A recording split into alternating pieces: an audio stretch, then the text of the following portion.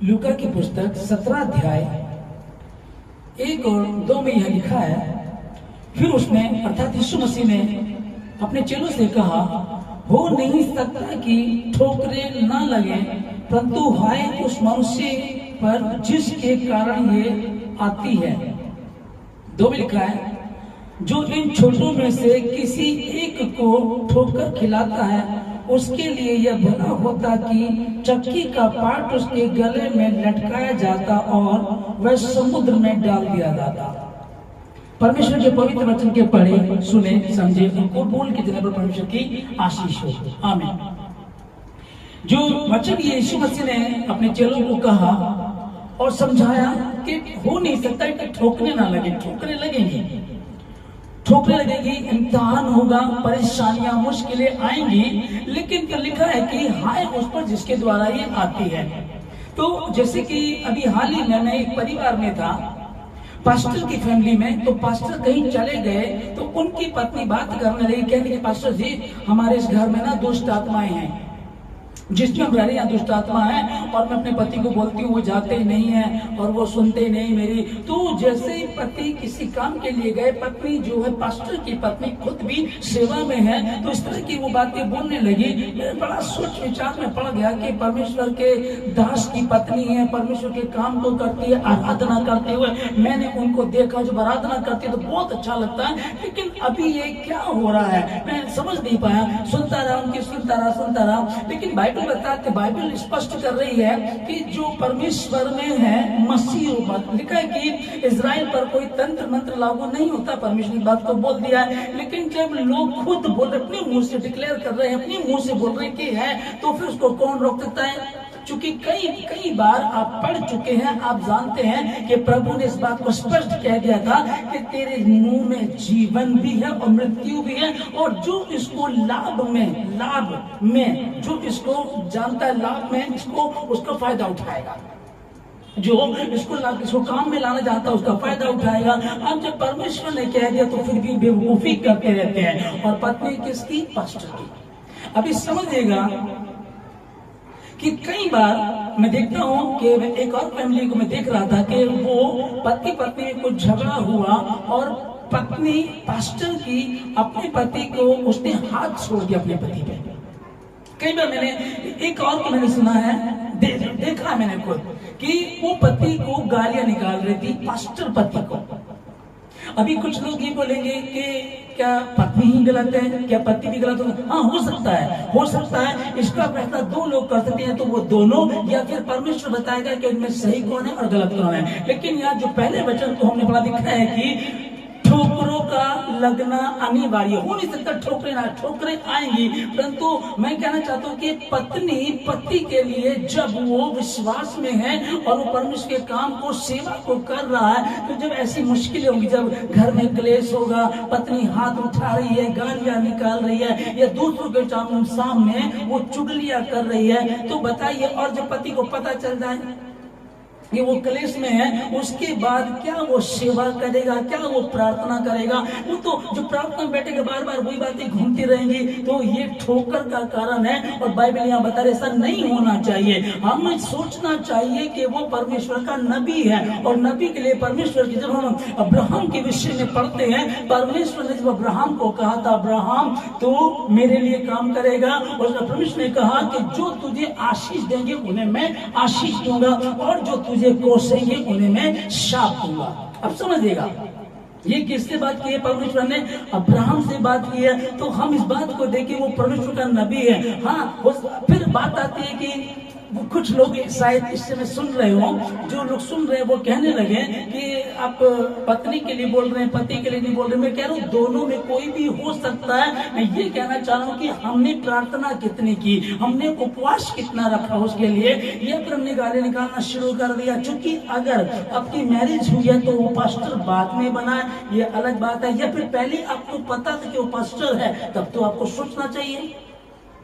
मुश्किलें आ सकती है, दिक्कतें आ सकती हैं और आएंगी। यीशु मसीह ने कहा हो नहीं सकता कि ठोकरें ना लगे, इम्तिहान ना हो, मुश्किल ना, ये होगा, होकर रहेगा। लेकिन जिसके कारण आती है उसके गले में चक्की का पाठ बांध करके उसको समुद्र में फेंक दिया जाता। ये अच्छा होता। जब प्रभु ने इस बात को कहा, हम लोग पढ़ते हैं कि बाइबल में दाऊद की पत्नी मिकल, जबकि दाऊद की पत्नी ने लिखा कि शाऊल की बेटी। दाऊद आता है, दाऊद नगर में परमेश्वर का जब वाचा का संदूक आता है तो बड़ा आनंदित होता, लिखा कि तन्मय होकर के वो नाच रहा था। और ये छोटी बात नहीं है, आज मैं और आप हम आराधना करते हैं, छोटी सी हमारी गिल्टी चली जाती है, थोड़ी सी प्रॉब्लम हमारी चली जाती है, थोड़ा सुकून हमको मिल जाता तो हम आनंद से भर जाते हैं और उसकी जय जयकार करते, खूब नाचते गाते और बजाते हैं। ये पवित्र आत्मा की ओर से होता। दाऊद भी ऐसा ही कर रहा था। और लिखा कि खिड़की से शाऊल की बेटी ने झांक करके देखा कि दाऊद तो अपने नौकरों के सामने तन्मय होकर के, मतलब कि वो नाच रहा था। अब वो मगन था, चूंकि स्वयं परमेश्वर मेरे नगर में, मेरे घर में आ रहा है, छोटी बात नहीं है, इसलिए वो बड़ा आनंदित था। और उसकी पत्नी ने, जबकि बाइबल में आप पढ़िएगा, लिखा शाऊल की बेटी ने झांका और उसको तुच्छ जाना। और जब दाऊद, या हम लोग यहाँ उसमें पढ़ते हैं शमूएल, दूसरा शमूएल में 6 अध्याय 20 और 22 में पढ़ते हैं कि जब दाऊद अपने घराने को आशीष देने के लिए आया और मिकल उससे, शाऊल की बेटी मिकल उससे मिलने के लिए आई, तो वो कहने लगी, हो आज तो इस्राएल का राजा क्या ही प्रतापी लग रहा था। मैं इसको पढ़ देता हूं आपके सामने। इसमें लिखा है, तब दाऊद अपने घराने को आशीर्वाद देने के लिए लौटा और शाऊल की बेटी मिकल दाऊद से मिलने को निकली और कहने लगी, आज इस्राएल का राजा जब अपना शरीर अपने कर्मचारियों के, दासियों के सामने ऐसा उगाड़े हुआ था जैसे कोई निकम्मा। ध्यान से समझ देगा कि उसे पता है कि इस्राएल का राजा है, खुदा का नबी है, कि जिस समय गोलियत आया था और गोलियत से 40 दिन तक गोलियत पर इस्राएल को डराए हुए था। दिन रात वो भागते फिरते थे, हर सुबह जब मिलने जाते थे सब डरते थे। और यही दाऊद था जिसने गोलियत को मार गिराया। कोई उसको मार नहीं सकता था, सब डर रहे थे, बड़े से बड़े योद्धा डर गए। शाऊल जो राजा, जो योद्धा हुआ करता था, वो भी डर रहा था। लेकिन इसी के द्वारा उस गोलियत को परमेश्वर ने मरवा दिया। ये भूल गई इसको और क्या कहती है कि ऐसा जैसे कोई निकम्मा अपना तन उगाड़ा रहता है। 21 में लिखा है, दाऊद ने मिकल से कहा, यहोवा जिसने तेरे पिता और उसके समस्त घराने के बदले मुझको चुनकर अपनी प्रजा इज़राइल का प्रधान होने के लिए ठहरा दिया है, उसके सम्मुख में ऐसा नाचा और मैं यहोवा के सम्मुख इसी प्रकार नाचा करूंगा और मैं इससे भी अधिक तुच्छ बनूंगा। ये बहुत बड़ी बात है। खुदा के दास, खुदा के चाहने वाले, सत्य को जानने वाले इसी रीति से बात करते हैं, इसी प्रकार से बात करते हैं। मैं देखता भी हूँ कि मैं बता ही रहा था कि एक पास्टर के, मैं नाम लेना अच्छा नहीं रहेगा, ये बात एक पंजाब के पास्टर बहुत अच्छे, उनकी शादी हुई, उन्होंने एक शादी की किससे, जो डाइवोर्सी थी और उसकी एक बेटी भी थी, उससे विवाह किया। अब चलता रहा, थोड़ी चलता रहा। उसके बाद मालूम पड़ा कि झगड़े हो रहे हैं, थाने पुलिस हो रहे हैं। अब ये समझ लेगा कि थाना पुलिस आ रही है, जा रही है, एक प्रभु का दास है, वो कितनी शर्मिंदगी उठा रहा होगा। उसको पति का नाम दिया, उसकी बेटी को पिता का नाम दिया और उसके बाद भी यह हाल हुआ। अब समझ इसी को ना। लेकिन थोड़ी दिनों बाद मालूम पड़ता है कि फिर वो जो बहन थी, जो डाइवोर्सी, वो कहने लगी कि किसी को बोल रही थी, कहती है कि जब मेरी शादी मुझे पता नहीं था, ये तो छोटी जाति के हैं। है ना। तो इस तरह की सोच लोग रखते हैं। और दूसरा, हरियाणा का एक केस में बता आप लोगों को कि वो तो मेरे सामने ही बैठ करके अपने पति की बुराई करने लगी, ये अच्छे नहीं हैं, ये कहीं और घर नहीं ले रहे हैं, हमारे घर में दुष्ट आत्मा है। और जब मेरा ध्यान पड़ा, उनके पैरों पर जो हिंदू रीति से पत्नियां पैरों की उंगलियों में जो चुटकियां पहनती वो पहने हुई थी। मैंने बोला सिस्टर जी ये क्या है? कहते नहीं नहीं, ये तो मेरे जो परिवार वाले ना वो नॉन क्रिश्चियन है ना, तो इसलिए मुझे पहननी पड़ती है। आज आप किसकी पत्नी हैं? आप बच्चे भी आपके 20-20, 22-22 साल के हो गए हैं, इतना उम्र आपकी हो गई है, प्रभु में आप हैं, प्रभु में आराधना आप करती हैं, और क्या कर रही हैं? प्रभु के दास की, अपने पति की बुराई कर रही हैं, मूर्खता कर रही हैं। और मेन चीज समझिएगा कि आप अभी भी वचन को पूरी तरीके से फॉलो नहीं कर रही हैं। तो समझिएगा इस चीज को कि परमेश्वर ने कहा है, और दाऊद ने स्पष्ट रीति से कह दिया। और जो मैं हरियाणा के जो पास्टर की बात कर रहा हूँ, इस पास्टर ने भी एक बार मुझसे कहा, कहने लगे पास्टर जी मैं तो कह रहा हूँ मैं इसी घर में रहूंगा और मुझे परमेश्वर चना मैं छोड़ के नहीं जाऊंगा। इसी दुष्ट आत्मा दिखता रहे, मुझे तो नजर नहीं आता, और मैं यहीं से काम करूंगा, यहीं से प्रभु मुझको बढ़ाएगा। प्रभु का धन्यवाद। और इसी प्रकार से कहने लगे कि अगर एक बार को ये कहती है कि मैं नहीं रहना चाहती, तो मैं कह रहा हूँ जाती है तो चली जा, पर मैं प्रभु को नहीं छोड़ूंगा। इसी प्रकार से हम देखते हैं कि अय्यूब के पास उसकी पत्नी आकर के बोलने लगी, कहती है कि तू अभी भी खराई पे मरा रहेगा, अभी भी तू खराई पे बना रहेगा, सब कुछ तेरा नाश हो गया, तो गड़बड़ है, दुखी है, परेशान है, अभी भी तू इन्हीं बातों में बना। तो उसने कहा हम जो परमेश्वर से सुख लेते हैं, क्या दुख ना ले?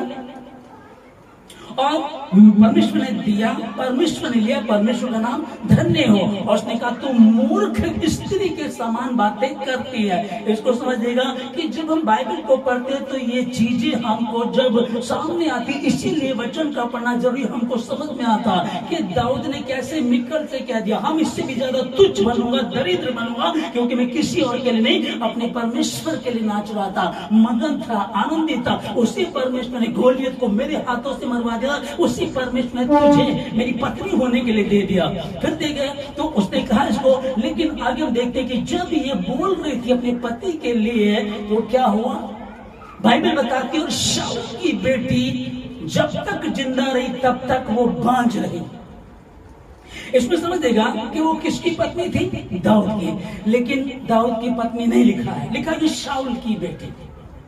मतलब वो खुदा के खातिम जो परमेश्वर के मन का, परमेश्वर की इच्छा के अनुसार जो उसको यिशै का पुत्र दाऊद मिला, उसकी पत्नी बननी थी, उसका नाम उसको मिलना था, लेकिन उसको वो नाम नहीं दिया गया। और लिखा कि शाऊल की बेटी खिड़की में झांक रही, शाऊल की बेटी उससे मिलने आई, और शाऊल की बेटी आज जीवन बांध रही। क्या हुआ? किस पर उसने उंगली उठाई? बच्चों को पढ़ सकती थी, तरीके से बात कर सकती थी, यदि गलत लग रहा तो उपवास रख सकती थी। और तो और गिनती की पुस्तक 12 अध्याय 2 वचन में हम लोग पढ़ते हैं, जहां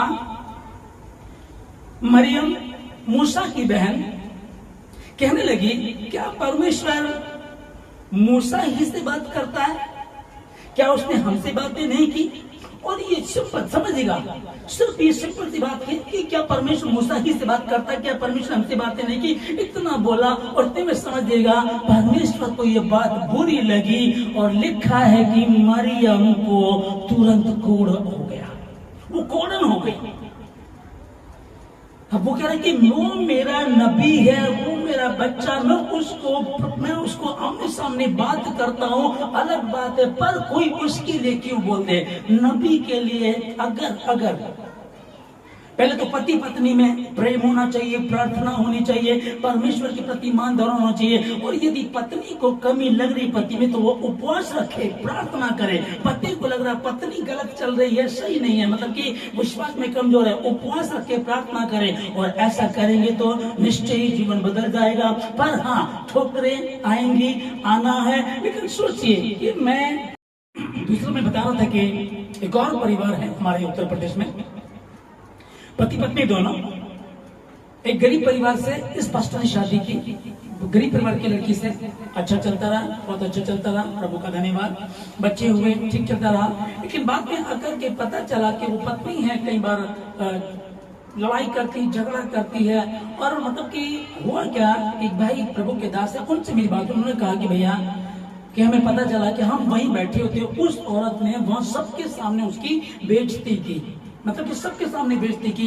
तो इस बात से अंदाजा लगा सकते हैं कि वो औरत ही, मतलब पास्टर की जो पत्नी वही गलत है। और इस बात को लेकर के वो बंदा बोलता है कि भाई मुझे इससे छुटकारा चाहिए, जबकि बाइबल बताती है कि व्यभिचार को छोड़ दूसरा कोई कारण नहीं है। लेकिन करे क्या, वो इतना दुखी हो गया, तब पता चलता है कि वो गुटखा खाने लगा, नशा करने लगा। ये गलत बात है, खुदा की खातिर के लिए गलत बात है। टोकरों का लगना अनिवार्य ये लिखा, पर ये नहीं लिखा कि वो गिर जाए, दारू पिए, गुटखा खाए, ये क्या करेगा। क्या अगर वो खुद ही कमजोर है तो खुद ही अगर वो नहीं संभाल सकता अपने आप को, तो वो क्या सेवा करेगा ना? वो क्या सेवा करेगा। हाँ, कई बार लगता है कि बहनें कहने लगे, प्रभु के दास, जो प्रभु के दासों की जो पत्नी, वो कहने लगे कि ये वचन पढ़वा रहे हैं। गिनती में इन्होंने गिनती 12 अध्याय में पढ़ा कि भैया मूसा के लिए बोला तो मरियम को कोड़ पड़ गया। दूसरा शामिल 6 अध्याय में पढ़ा कि शाऊल की बेटी ने जब दाऊद के लिए गलत बोला तो वो आजीवन बांझ रही। लेकिन पतियों का क्या? हाँ, बाइबल बता रही है। यहाँ हम मत्ती 7 अध्याय 22 और 23 में जब पढ़ते, लिखा कि उस दिन बहुत सारे लोग मेरे सामने होंगे, उस दिन लाइन में लगे होंगे और कहेंगे, हे प्रभु क्या मैंने तेरे नाम से दुष्ट आत्माओं को नहीं निकाला? हे प्रभु क्या हमने तेरे नाम से आश्चर्य काम नहीं किए? हे प्रभु क्या हमने तेरे नाम से बीमारी को चंगा नहीं किया? हाँ, किया है। तो ये खूबी मेरी नहीं है, खुदा की खातिन के नहीं है। ये लिखा है कि उसके ना क्या तेरे नाम से, जब मसीह यीशु का नाम ले तब दुष्ट आत्मा जाती है, तब चंगाई आती है, तब तब तब दिक्कतें परेशानियां जाती है, तब आशीष आती है उसके नाम से, अर्थात यीशु मसीह के नाम से। पर प्रभु कह रहा है कि मैंने तुम्हें कभी भी नहीं जाना। अगर इस तरह के लोग हैं, अगर कोई प्रभु का दास किसी ने ठोकर का कारण बन रहा है, यदि वो घर में प्रॉब्लम आई, दारू पीने लगा, गुटखा खाने लगा, झगड़े करने लगा, उलझने लगा, अगर वो ऐसा कर रहा है तो लिखा है, बाइबल स्पष्ट कर रही है, परमेश्वर किसी का पक्षपात नहीं करता। आप कौन हैं? कितने ऊंचे ओहदे पर? मैं तो बिशप हूँ, मैं तो रेवन हूँ, पास्टर हूँ, मैं तो याजक हूँ, कोई भी क्यों ना हो।